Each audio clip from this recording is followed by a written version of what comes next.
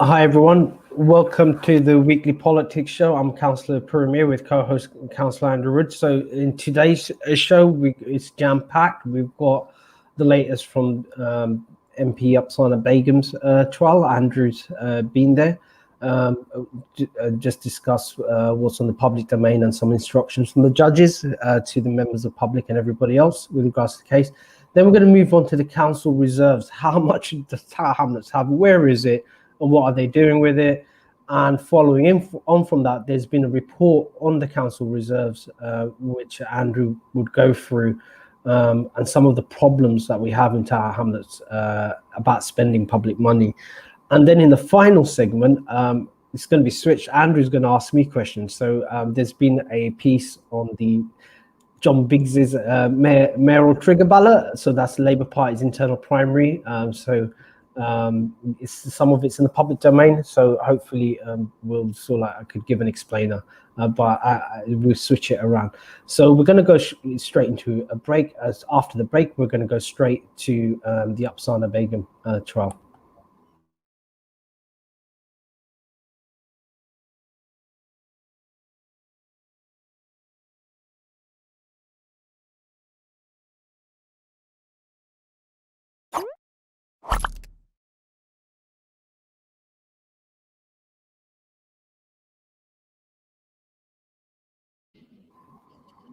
Hi everyone, welcome back to the weekly politics show. I'm Councillor Puru with co-host Councillor Andrew Wood. So in this segment, we're going to go straight to the what's been in the news, the trial of Upsana Begum, the MP for Poplar Limehouse. Now, and Andrew, you've been observing from the public gallery. So if you could just explain to our viewers and listeners, any member of the public could just go and observe what's happening. Is that correct? Correct, yeah. So there's a public gallery. So there's a few people there right now, sort of press and supporters and people just observing. And the reason I'm sort of going, and it's also in rotation with Councillor Peter Gold, so he's doing some days and I'm doing other days, is simply because it's a window into how the council actually operates, and it's kind of raising some important issues which are kind of relevant to the rest of our job as a councillor. And it's also just interesting as well. But the first thing I'm going to say is that, unfortunately, you're going to have to wait until next Friday for all of the kind of the juicy gossip. And I'll explain some of the reasons why. So first of all, it's actually happening at Snaresbrook, Crown Court. Lovely area. I'd never been there before. Sort of lovely court building and an old school. And the judge in charge is a woman called Mrs. Justice Whipple, and she, I think, is a specialist in dealing with prosecutions of members of parliament because she's been involved in other cases, and clearly she's been picked as a very safe pair of hands. And she said a couple of things. So one of the things that she said yesterday morning was that she wasn't very happy with some of the reporting in some of the newspapers on the day before. So clearly what is happening is that she and her staff are monitoring everything in the mainstream media, and they're also monitoring everything that's not everything, but basically they're looking at social media as well. So yesterday she sort of said to the press, please be really careful about how you report this, because there was one thing that was reported which was kind of inaccurate. And then this morning, she then also said to the gallery is that she wasn't happy with some of the social media reporting that she had seen. I'm not entirely sure what she was referring to, but clearly, there'll be lots of social media commentary across the UK on this. So I guess one of the key messages of this segment is please, don't speculate on social media. Don't talk in detail about the case. I mean, the jurors have all been told, and they were told again this afternoon, they should not be going online. They shouldn't be talking to other people. But it is natural, I think, sometimes for jurors to kind of just, go out, look there, or maybe they'll see something on WhatsApp. So please, to protect the trial process, don't say anything, about the trial. Wait until it's finished next week. So what I can talk about is kind of process and some of the timetables, so you kind of know what's happening. So the trial started on the Wednesday morning. The prosecution went first. They've now finished with all of their witnesses. It'll restart on Monday morning, 11 o'clock. They'll then go through the interview, and then there's a couple of disagreements between the prosecution and defense that they want to sort out, which they'll do, and then the defense will then start on Monday. And sort of my working assumption is that actually they'll probably finish on the Wednesday, and then it will be a question of how long the jury will take to decide. And there are 3 charges as a reminder. So either they will decide the same day or on Thursday, Friday. We just don't know it yet. We'll know a bit more subsequently as to what the results are in terms of the case. So there's been extensive coverage of it. So just to remind listeners and viewers, I work in the criminal justice system as part of my day job. So I was fairly surprised how some of the reporting was quite accurate and gave us all like an accurate picture as to what's happening. But do you want to, for our viewers and listeners, do you want to just explain the scene setting of it? Because obviously you've got the COVID restrictions. I know before lockdown, only the jury were in the room and everything else was done by video, including lawyers appearing via video. But that is not the case now, is that correct? And now everything's physical. If someone has a health issue, they apply to appear via the video screen and be cross-examined.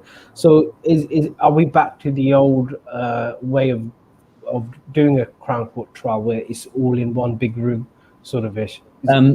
Close to that, except there are the plastic barriers. So when the jury go in, there's a plastic barrier between them and the juror next to them. So around the witness, there are plastic barriers, and that has made it a bit difficult with audio. So, for example, yesterday, the witness from the council was quite softly spoken, and they really struggled, and it was a bit crazy because. So he was standing and they were trying to get the microphone close to his mouth. And for some reason, then they had like a microphone like that short. So they basically put piles of books, one because he was quite tall, to get the microphone kind of up to his sort of closer to his mouth level. But that didn't work really well. But there was a witness today who gave evidence via video. And actually that worked really well because actually it was the audio was much clearer than it had been in the court. So actually the best interaction between the barristers and the witness was actually when it was partially in the room and partially online. So I do hope the court system kind of adapts and includes that as an option going forward, because part of the problem is you had witnesses sitting in the waiting area for a day before anything happens. So if you can just call people if they're at work and quickly get them on a video, I think that would be a lot more efficient. So I hope that practice kind of continues.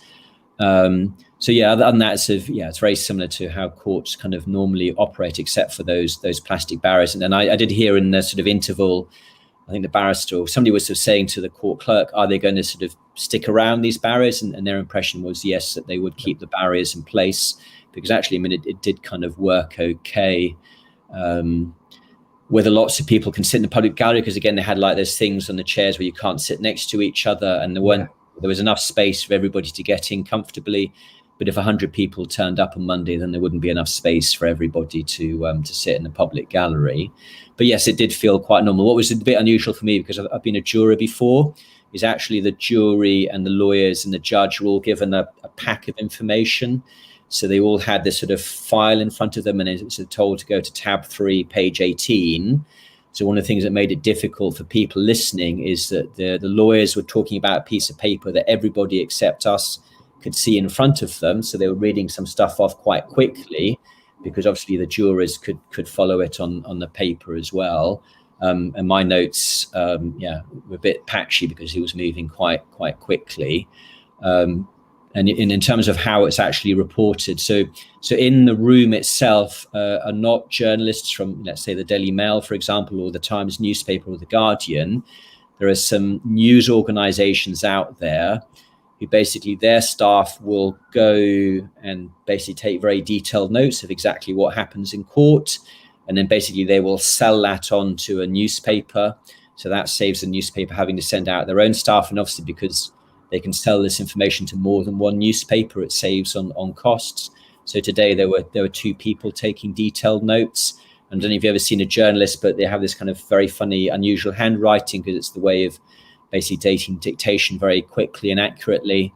So what you're reading is not directly from necessarily a Daily Mail journalist. It's taken from these people in the court who are, then packaging it on for the newspapers. So so just from my background, journalists are allowed to record what they hear, but they're not allowed access to the court records. So everything that happens is being recorded by the clerk for the benefit of the judge and for the court records, but members of the public don't have access to that. So there might be, sometimes it happens that there's a slight discrepancy as to the court records or what's recorded by the court or what is heard by the journalist and what they report, and you do get those discrepancies. But just to remind listeners and viewers, it's a criminal case, so the presumption is innocent until proven guilty. Then the test is beyond reasonable doubt. So it's not the same as a civil court. It's not like the county court, or if you're suing someone, which is more like 50-50 balanced probability. It has to be beyond a reasonable doubt. And then if you look at what's in the public domain, the charge is a charge of dishonesty, which again there's various legal tests for that are laid out as well. So there's a lot of technical. You've probably seen a lot of these technical arguments by the lawyers in the court. A lot of it's probably very technical and evidence over what's allowed and what isn't. But we will have a conclusion by Friday. Is that what you're saying?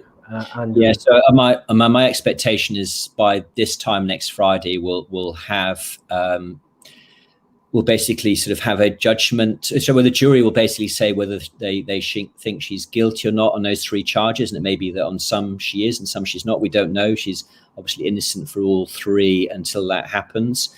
But sentencing itself probably may not happen for some time. Yeah. So I think important point is whatever happens next week, she remains an MP for an extended period of time, and she has support staff. So you should continue to send in to her and her support staff all of the normal queries that you would normally do, because her staff can help her answer all of that stuff. And other than that, I don't think we can say much more, except one thing I forgot to say earlier. So the other thing that's slightly unusual, there was also an order made under contempt of court. So there's one piece of information, which is her current address, is not allowed to be revealed. So it's not mentioned in court. So the other addresses involved are mentioned and I think are in the public domain, but not her current address. And that was something that was agreed some time ago.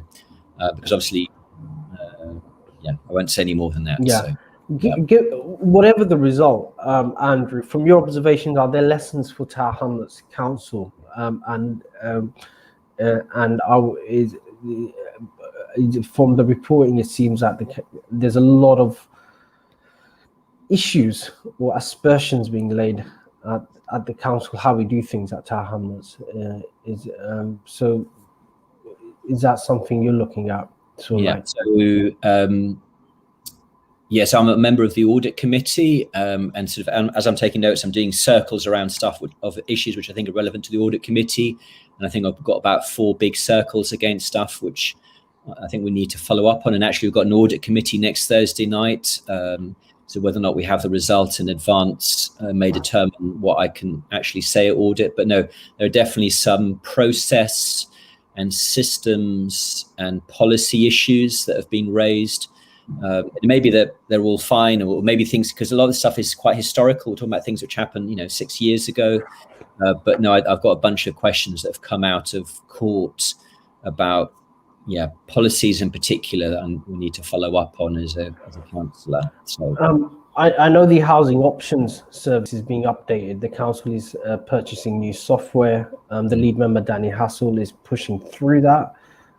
It's been decades old software that we're using, because it seems like, just reading between the lines what's being reported, a lot of it seems like very arbitrary, very human judgment kind of things, and the council is going towards much more of an automated system so there's no allowance for human error, sort of ish. But I think there are a lot of lessons to be learned regardless of the outcome Yeah. of the case, about how we do things in Tower Hamlets and in general.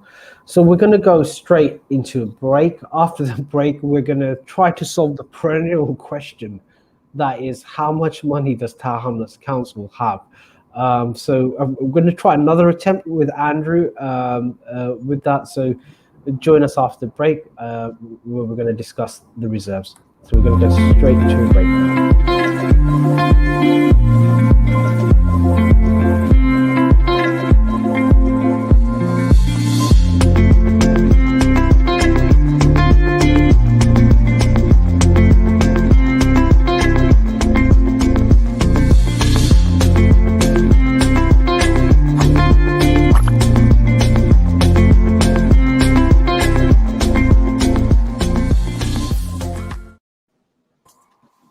Hi everyone, welcome back to the Weekly Politics Show. I'm Councillor Puru with co-host Councillor Andrew Wood. So Andrew, we're going to try to solve this perennial question because it's coming up always. The issues about the council reserves, and and to follow up the discussion, obviously you've been on overview and scrutiny, and there's a report as to how not so well the council handles its reserves or spends the money from its reserves. So again, Andrew, how much money does Tower Hamlets Council have in its bank accounts, should I say? Okay, so we have to be careful about the sort of term between bank account and reserves. So in terms of the answer, this is at the 31st of March 2021. It was the year end. So all of these numbers are a few months old. But to give you some ideas of how much money we've kind of got stored in different places. So we had then £71 million in bank accounts. So this is overnight accounts. So basically you put it in one day and it comes out the next day. So it's with organizations like Aberdeen and Invesco, Morgan Stanley. So that's £71 million. We then got about over £100 million where we lend money to other local authorities. So for example, Southwark, we lent them £10 million at 0.06% interest, so way below inflation. I'm not reading the full list, but Luton, we gave them £10 million. And very interestingly, Slough Borough Council, we lent them £5 million, and the money is due back on the 13th of August, in a couple of weeks' time, at 0.35% interest. And why that's interesting is that they declared bankruptcy a couple of weeks ago. Now, our money is safe. I'm not going to say that we've lost our money, which might ordinarily be the case if we'd lent it to an ordinary company. And the reason why it's safe is because at the end of the day, Her Majesty's government isn't going to allow a local authority to kind of go bankrupt and sort of, owe money to people. So we will get that money back. But, we don't get great rates of interest. So the total amount of money that we've kind of got in various income funds, and like Columbia Threadneedle Global Equity Income Fund and the Investec Fund Series Diversified Income. If you add that all up, we have £274 million in various accounts. But we've also kind of got our total usable reserves, according to the accounts, is actually a much bigger number. If you include working capital and sort of the rest of our usable reserves, and it's just over £600 million that we've got access to. Not all of that's liquid, and I still don't understand. And they talk, a lot of this money has been lent internally, and I don't quite understand. But so I've still got a lot of work to do to try and understand all of this stuff. But the other thing which has come through is we've also got the year-end accounts. So how much money we spent last year compared to how much money we got in. And contrary to what you might think, across the board, with one exception, it's all good news. So what I mean by that is, in terms of general fund, is the government gave us more money for COVID than we actually spent last year. So we actually made a surplus last year, and that surplus will simply move into this year of £3.5 million. And I think it was also £8.5 million that was moved from last year into this year. So there's about £12 million more money that government gave us than we actually needed in the year. So, and all that money will be put aside for this year when we may need it. But the government are also giving us more money this year as well. But we basically started last year with a surplus, and we ended last year with a COVID surplus. The government gave us more money than we actually needed. On public health, we've also got a £2.4 million surplus, because it seems people were having perhaps less sex last year, so our spending on sexual health spending dropped dramatically last year. So again, we underspent our budget. So again, that money, we've got more money this year for public health than we thought. The HRA, the housing account, again, £4 million better than we thought. So again, more money going to the HRA fund than we thought. The only exception, the only area that we kind of overspent was on the dedicated schools grant, where there are recurring problems, and a lot of that's to do with SEND pupils. So that's the one area of kind of bad news. But in terms of other areas, the reason why we have so much money is that every year we underspend our capital budget. So we did the same last year. See if I can read off some of the numbers. So last year we sort of said that we would spend on our capital program, this is not including homes, £169 million. We ended up spending £95 million, so a big gap. It's the same as the year before, and the year before there's always this kind of big gap. So basically financially, we are in and that's the other point about the reserves position, is our reserves overall, see if I can find it, went up last year. So compared to March in 2020, our reserves across the board, and let me see if I can find them.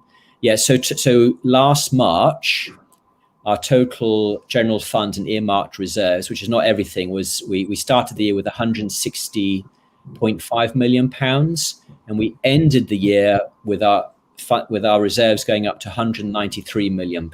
So basically £32.5 million more money than we started the year, which, given that we went through a pandemic throughout that year, is pretty interesting. So that basically says we have more money than we thought we would have. It looks good on paper, but a lot of the money is necessary money. So I just want to give the example of housing maintenance. If we're not spending the money, the required money on housing maintenance, that means that the housing stock is deteriorating, which builds up bigger problems in the future. And that's traditionally has been the problem in Tower Hamlets. We haven't been housing maintenance was really, really bad. That's why, if you speak to people who were then decision makers, including council officers and politicians, that's why they encouraged doing the stock transfer, because Tower Hamlets council was really bad in maintaining the housing stock, and some of the houses were not fit for purpose. And that's why they had to do the Decent Homes program. And it seems like we're going back to those days, especially with the housing maintenance. If you do look at, say, Tower Hamlets homes stock compared to a housing association stock, it seems to be like a day-night difference in terms of the estates, etc. And it's not because we don't have the money, and it just is something that's been an issue, especially with the maintenance contract as well. There's been a perennial issue with the maintenance contract. So is that something you're honing in on? And I think Tower Hamlets homes do have a small sort of blocks on the island as well. Is that correct, Andrew? So in terms of so the nearest Tower Hamlets homes is in Limehouse. I don't think there's any further south than that. But yeah, there's a lot of Tower Hamlets homes in Limehouse ward, which is very close to Westbury Circus. So in terms of the housing revenue account capital spend, so they said they would spend £77 million last year, and spent £60 million, so £70 million less than they originally thought. £3.3 million of that was in the sort of the day-to-day rolling program of improvement, so they did underspend that budget. The main miss was on the first 1,000 new homes, where they sort of missed, the underspent by £11 million. And I'm saying this is all good news, and it is. The bit of bad news is that inflation is also up. So if you're not earning, so on your reserves, if you're not earning more money than inflation, the value of all of those reserves is eroding over time. So one of the issues I was asking last night was about bill cost inflation. So if you're going to buy a pint of milk, it might go up by 1% year on year, but the inflation for building things is definitely going up by more than that, because you've got fewer workers in the construction industry because lots of people left because of Brexit to go back to the EU, or you're buying in things from abroad, which are more expensive. So build cost inflation is a lot higher than 2%, I understand it now. And that means if you want to spend most of those reserves on building new homes, for example, is the longer you, or on improving existing homes, the longer you wait, the less work you can actually do, because inflation is eating away at the value of that money. So there's a very strong argument you need to spend that money quickly, which is something we'll talk about in a couple of minutes' time. So that's the negative from having really big reserves, is that you're losing inflation. And I think there was one 3-year period where the council finance team calculated, I think we lost over £21 million through inflation. It wasn't so bad last year because inflation really dropped because of the pandemic. So it's the kind of the 1 year when there was not much of a loss, but we're now back into more normal reality where inflation has gone up again. So you may have read about the NHS staff getting 3%. Council staff will get, I think, more than 2%. I think, I'm not entirely sure about that. So again, this is all eroding the value of the money that we've got. So the mayor did set a target with the lead member for finance for £1 million surplus to be generated from the reserves. They set that target to the officers that they need to be aggressive or need to start moving the money out of low interest bearing accounts to start generating an income from that. Are we anywhere near this, Andrew? So this is one of the, I have real issues with how this is being reported in the account. So if you read the commentary, is they made more money than they actually thought. So they're sort of saying their investment income was £2.4 million, which is above the budget of £2.3 million. So basically what they're sort of saying is they made more money than they thought, because they invested some of this money, and some of that money, because it's invested in kind of longer accounts which don't roll over overnight. They were getting decent rates of interest on some of that money, but they're only reporting the money they're making on a part of their overall portfolio, not on the rest of it. And they're completely ignoring, well, actually not completely ignoring, because there is a commentary about inflation. But they don't really calculate the inflation impact. They calculate one side of the equation and not the other side. So I don't think this is reported entirely accurately, and this is one of the issues that I need to kind of follow up on and make it a little bit clearer, because part of the problem is there's lots and lots of reports, and it's only when you kind of look at the detail that you kind of realize they haven't explained parts of it. So. And you said there's a cabinet meeting on Wednesday, and then there's an audit committee meeting on Thursday. So some of these reports are going to those two committees. So, and are we accurately reporting? I know there's been an issue about how accurately the council reports its money. That we've got to the bottom of that. Is that correct? But both me and you sit on the audit committee. Have we got an accurate picture now? Or do you feel? So the problem that we have is that we still haven't signed off our accounts for 2018, 2019 and 2019, 2020. And obviously we've now got the year end of 2020, 2021, which we should be submitting any time now. So until those two earlier years are finished, is that we don't have a firm starting point in terms of our overall financial assets and reserves. So it's still I don't think they're going to find any more big surprises, but the auditors are going through the numbers now, so it's not completely settled in terms of, because I said earlier how we started last March, and actually that's not completely firm, because those accounts for last March have not yet been signed off, and that's what makes this a bit of a moving target.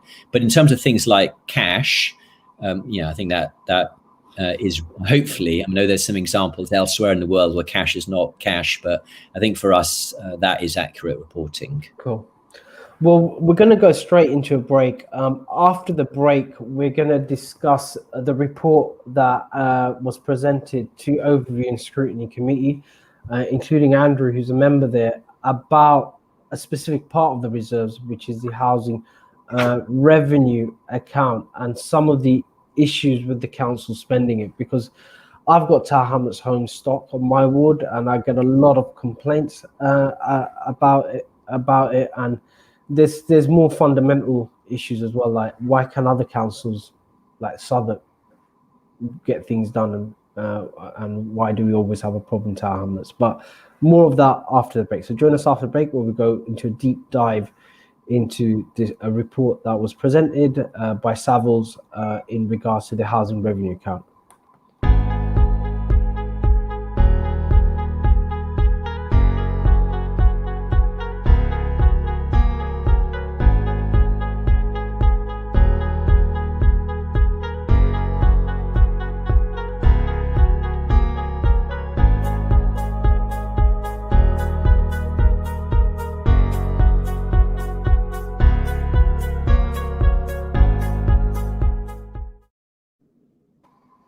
Hi everyone, welcome back to the Weekly Politics Show. I'm Councillor Puru with co-host Councillor Andrew Woods.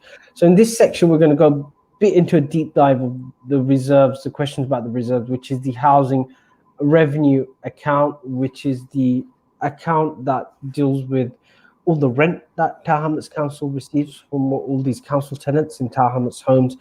And from that, they spend the money on various maintenance and like building new houses, etc. So Andrew, do you want to tell us, just give a brief description of the housing revenue account, how much money there is, and what seems to be the problem with it? Okay, so last night, council received this presentation, and I'm afraid that's all I can show you. We're not allowed to show you anything else. So I'm going to talk about stuff, but I can't tell you the numbers either, because I'm not allowed to tell you that either. So I'm probably going to say it's a big number or a small number, and it's probably as accurate as I'm going to be allowed to say. But so, well, I did put on Twitter, because I think I can at least say this. So over 30 years, Tower Hamlets Council is looking at spending on the housing revenue account about £1.7 billion. So to put that in context, that's 1,700 million pounds over 30 years. That gives you some idea of the scale of money that we're talking about. And that's the last number that I'll sort of mention in terms of what's in the report. And that's composed of two things. So part of it, the bulk of it, is kind of the existing homes, what happens with those homes over the next 30 years, because you need to invest in homes because there are going to be problems with them. So part of the problem with that is that you've got all of the fire risk problems. So there may have to be lots of work done on fire risk assessments and sorting out fire problems. The second part of the problem is going to be energy efficiency, because we declared a climate emergency. So we need to make homes more energy efficient, and the government are changing rules and all of that stuff as well. And it may be that if your lift was, is 20 years old, lifts normally only last for 25 years. So that means in 5 years' time, you need to spend a lot of money on new lifts, new kitchens, etc. So basically, what they've got. So the Savills report isn't, well, there's still some confusion over exactly what it is. So Savills is a external consultancy, and what they're doing is they're helping the council. And then apparently there's this big Excel spreadsheet where they put in lots of numbers, and they presented some of the numbers on this PowerPoint, but we still have lots of questions about how they did those calculations. So one of the questions I asked last night is sort of, actually, I'm jumping ahead of myself. So let me just talk about finishing this bit. So clearly a lot of money needs to be spent on existing homes, and that will be financed, by a mixture of rents, but also borrowing, the ability of Tower Hamlets Council to borrow from the Public Works Loan Board and some other sort of organisations which exist where we can borrow some money cheaply.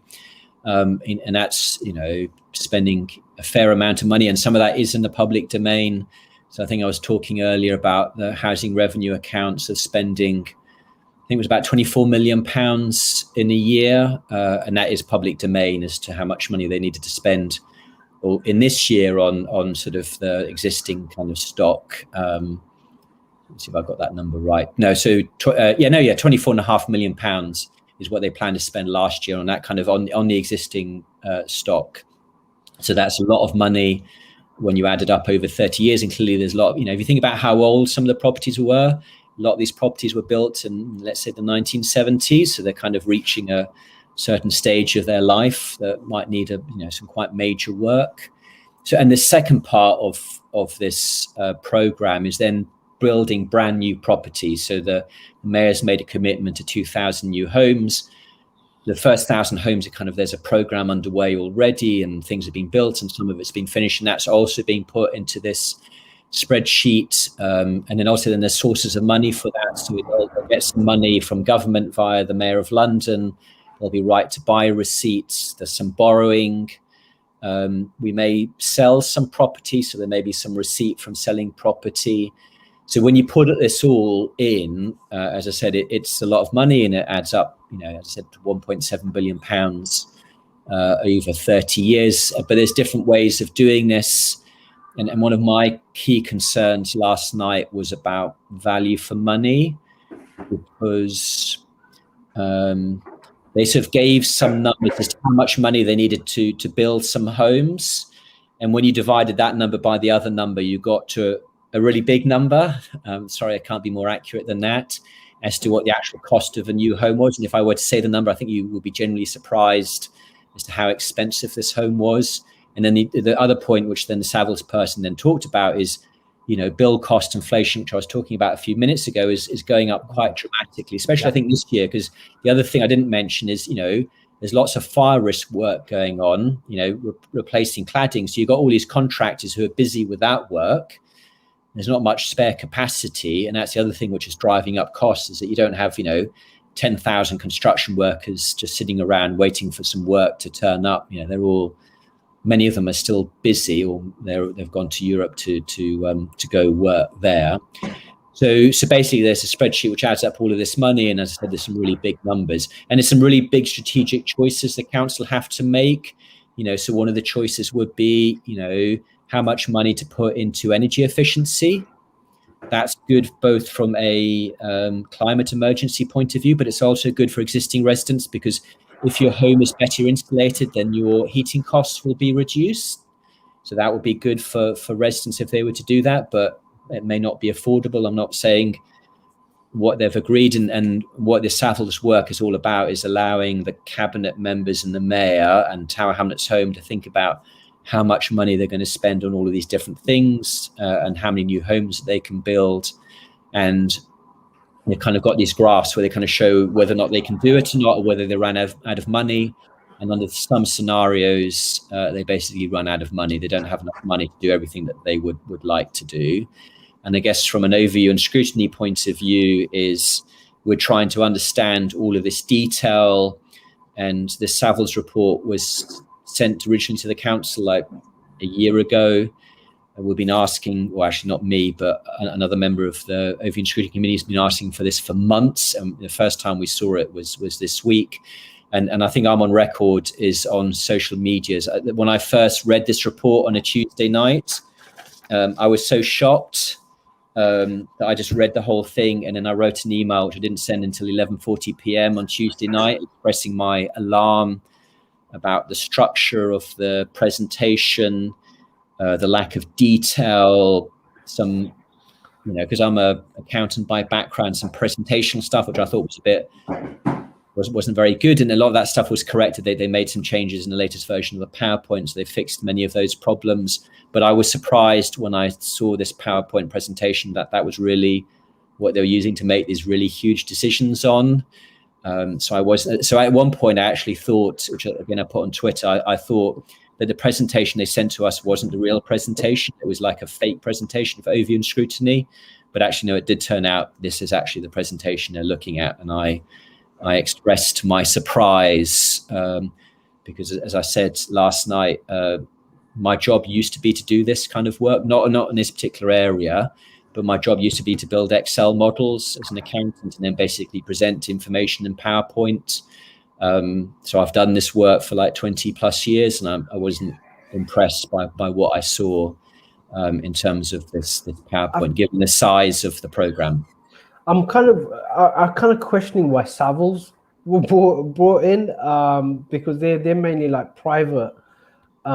So I just to give listeners and viewers.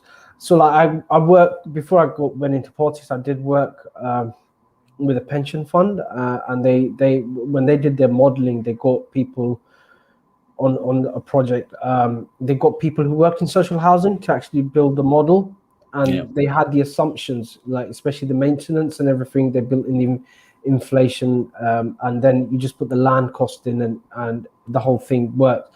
But it took them a very long time to build that model, and the person who built it was a finance person who worked in public housing all his career. So did anyone ask Savills like who they got working on there and how they got these numbers, or did they just pluck it from the consultants out there from thin air kind of ish?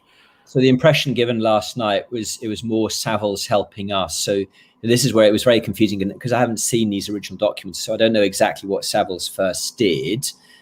But there is clearly an Excel model that the council has. So it's a council model which Savills are helping with. And then the outputs from this Excel are then being used in this PowerPoint presentation that I'm talking about. But the impression I've got, so this is now, maybe it was different a year ago, but this is definitely now council documents owned by council staff, but Savills are kind of helping. And so one of the questions from the other councillors last night was about how are we validating this information? Because for those of you who sort of don't know Microsoft Excel, it's a wonderful tool.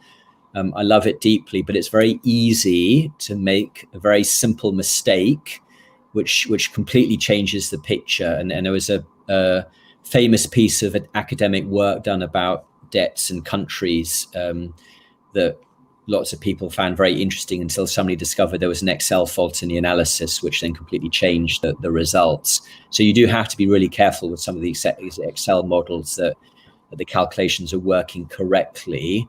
And I think this is this used to be my job. Yeah. And there are ways of doing it. And that's one of the reasons I think I'm particularly interested in seeing the model, even if it's blank without the assumptions in it, just to see how good it is, because it's one area I do have some expertise in. So one of the things that we're now, the Overview and Scrutiny Committee are talking about, or will be talking about, is what questions we're going to ask following the presentation last night. And I think there's some resistance from the cabinet or council that they don't want to give us everything, because ordinarily we don't get all the detail. But I still feel very uncomfortable about this because there's so much money involved in it. It's the biggest area of public spending that the council involved in by an order of magnitude.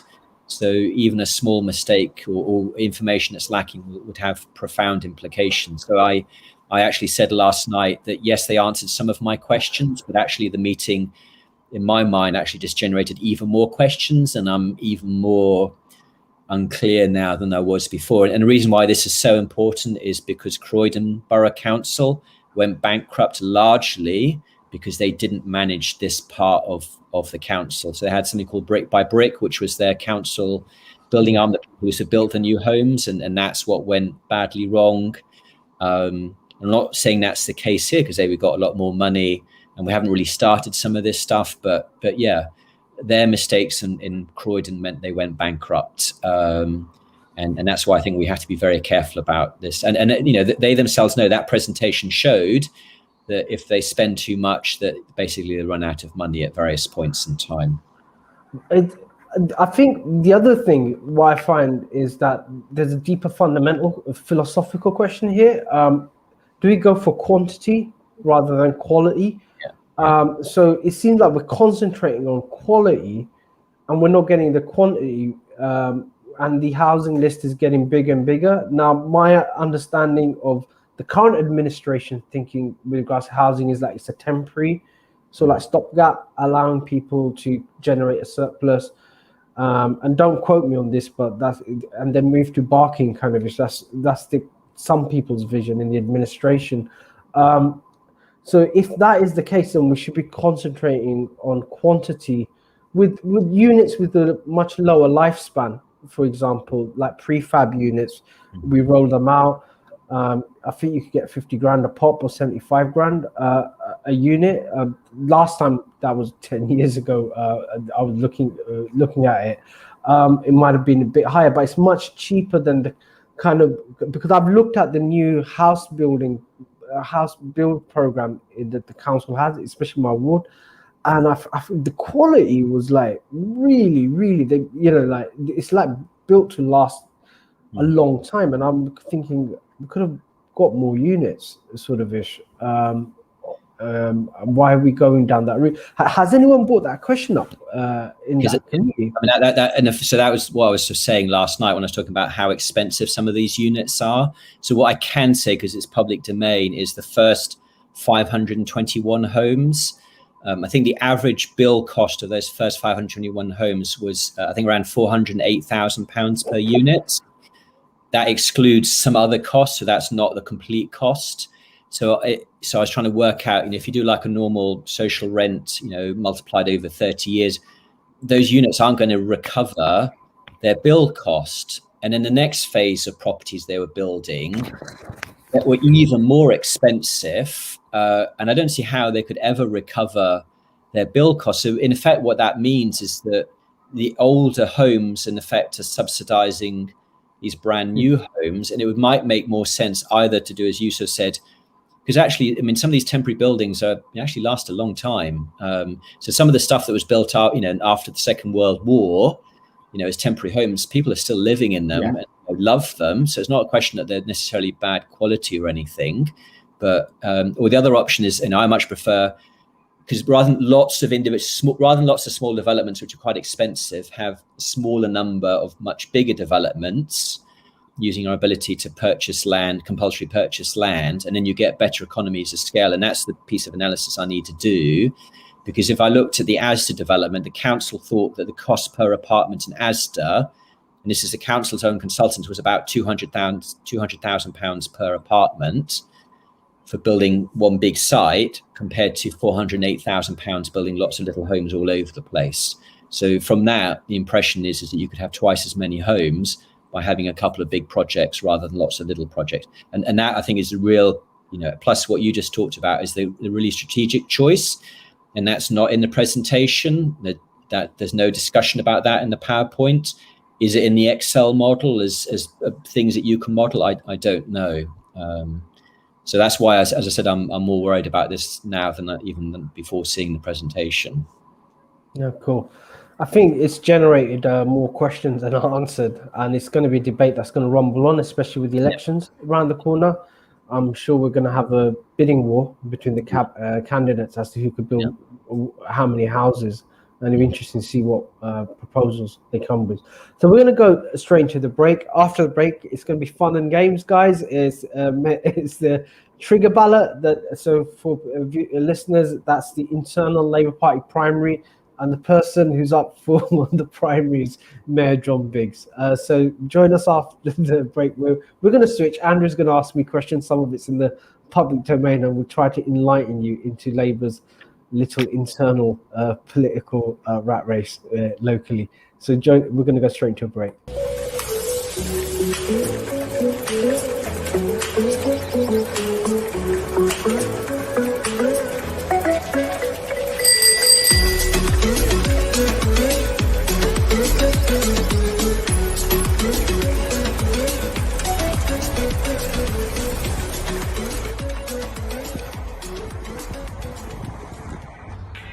Cycling in London is not child's play. How to be a better cyclist. Listen to my show, only on Relax Radio. I'm Kevin. Join me every Thursday, 5 p.m. Look forward to seeing you.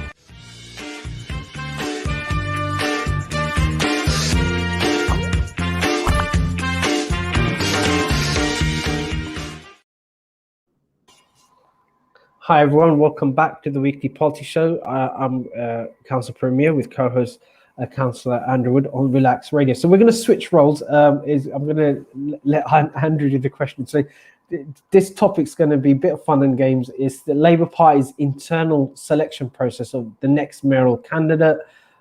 So it's called trigger ballot. So members decide whether Mayor John Biggs automatically goes onto the ballot paper for Labour, or do they have an internal selection and we encourage other people to throw their hat in the ring, and then we have a full-blown internal primary? So over to you, Andrew. You ask me questions and I'll answer stuff in the public domain so I don't get in trouble with the Labour Party. Yes, I mean, our experience of this is actually what happened in Newham with Sir Robin Wales. That's the last time locally we sort of went through a sort of trigger ballot. So that was a few years ago.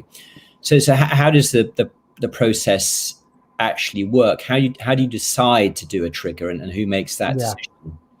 So it's what it is normally it's done over a 28-day period. So but this one's, I think, been done over 2 weeks. And what it is it's all the components of the local Labour Party. So so for viewers and listeners, the Labour Party is made up of two or three components, but here it's two components. One is sort of like the membership. So the membership is divided into ward parties, kind of ish. So each ward has its own local Labour Party. They come together to form the Tower Hamlets Labour Party. So we have about 20 odd local units in Tower Hamlets, and then you have women's group and ethnic minority branches. So there's 4 of them in Tower Hamlets. One in Bethnal Green and Bow constituency, one in Poplar and Limehouse women's group, and BME forum. So that's where the membership component, and then the other component is the trade unions. So the trade unions are like, imagine the Labour Party like a joint stock company, and you've got shareholders. So the trade unions own 50% of the Labour Party, so they fund the Labour Party. So so you have a trade union, just like trade union branches, so like paying a sub to the local party and being part of it.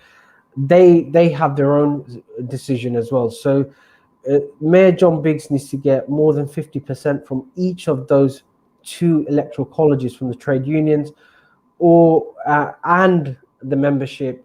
If he doesn't get one from either of them, then it goes into an open selection, so to speak. So I hope that's clear, kind of the Byzantine structures of the Labour Party. So in round 1, I guess, is what you're sort of saying is whether or not John Biggs is the candidate, or whether you open it up to other people. And then what happens if the decision is made to open up to other people? How does that work at the second stage, and who's allowed to stand? Could it be anybody within the Labour Party can say I would like to be the mayoral candidate? Yeah. So in theory, anyone from the Labour Party can apply. So it's like a job application. In theory, all job applications are open to everyone.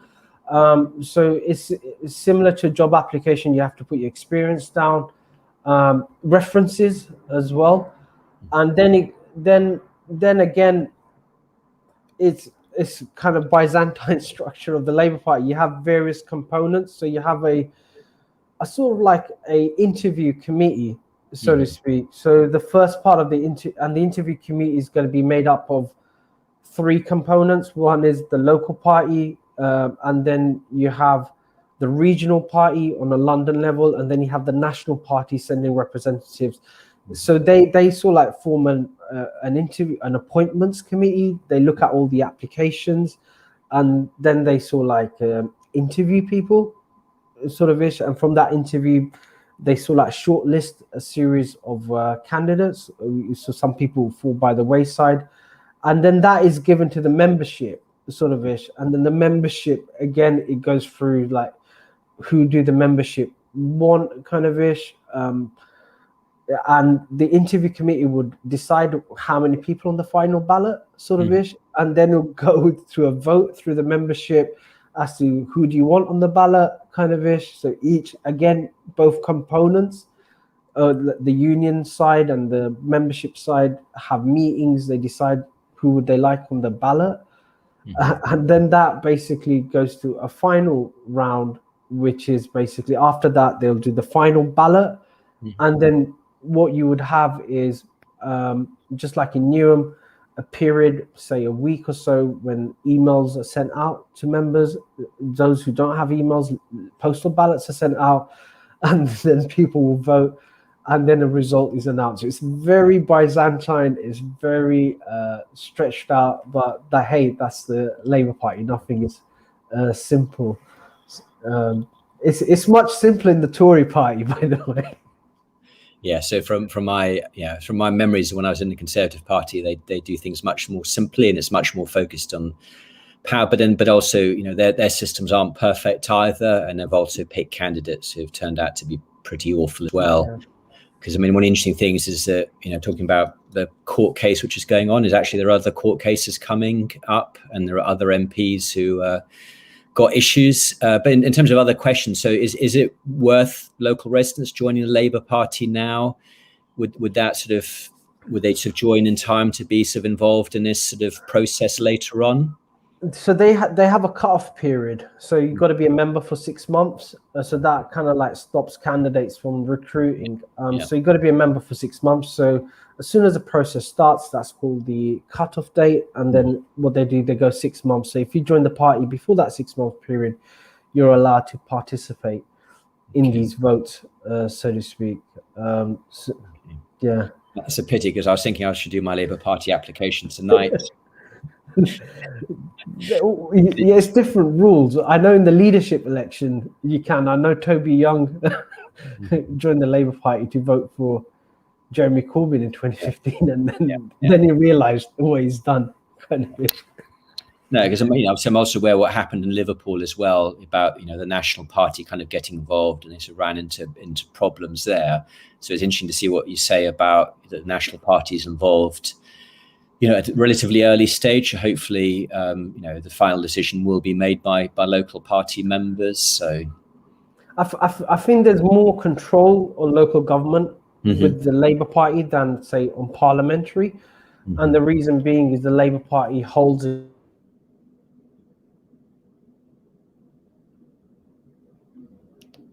I can't hear you anymore, Puru. Executive power.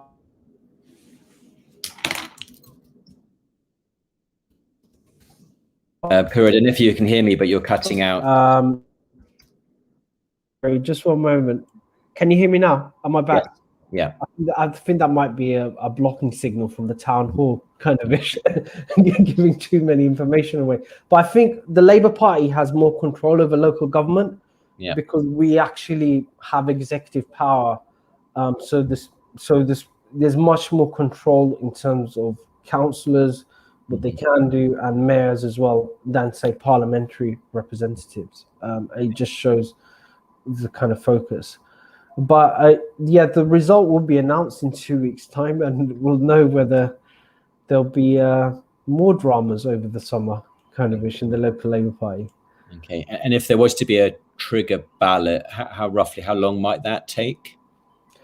So it started, say, this Friday, and it'll end. The period will end by, I think, the 6th of August. So in that period, every component of the Labour Party will have to hold a meeting and ask their members whether they would like to have an open selection. So cool. Yeah, it's going to be very interesting, as always within Tower Hamlets. It's part and parcel of our electoral system. Because of our electoral system, first past the post, we have a two-party system. So where one party dominates a certain geographic area, the politics seems to be within that party. So it's probably similar in conservative areas, where the Conservative Association is very political if it dominates the politics. Yeah, because who becomes elected at the end will be decided by the internal, party and by party members, which is why I asked the question about whether or not it's worth joining the Labour Party. And there is actually an argument that for many voters is actually you should just join the Labour Party locally to have an influence on all this stuff, because in many wards and at the mayoral level, and certainly at the national level, at the MP level, basically the decisions aren't made in the regulated elections. They're actually made, I'm not saying behind the scenes, because some of this stuff will become public, but they are made in sort of Labour Party meetings, and that's where the real decisions are being made. And therefore it's logical, if you're interested in politics in your local area, that you join the local Labour Party, as simple as that. So I'm not putting application, by the way. We'd welcome it. But no, that is true. And I always tell campaigners that you have more leverage, that you get 2 votes. Yeah. If you join the local Labour Party, you've got a vote as a normal electorate and then a vote as an internal member. So you got double the bang for your bucks, so to speak. But cool. So we've come to the end of that segment. I'm sure this bit is going to be watched very closely by various people in the party. But we're going to come to the end of our show. But thank you, guys. Thank you, everyone, for watching the show, staying with us. I'm Councillor Puru with co-host Councillor Andrew Wood. Thank you for watching the Weekly Politics Show. See you next Friday. Bye-bye. Bye-bye.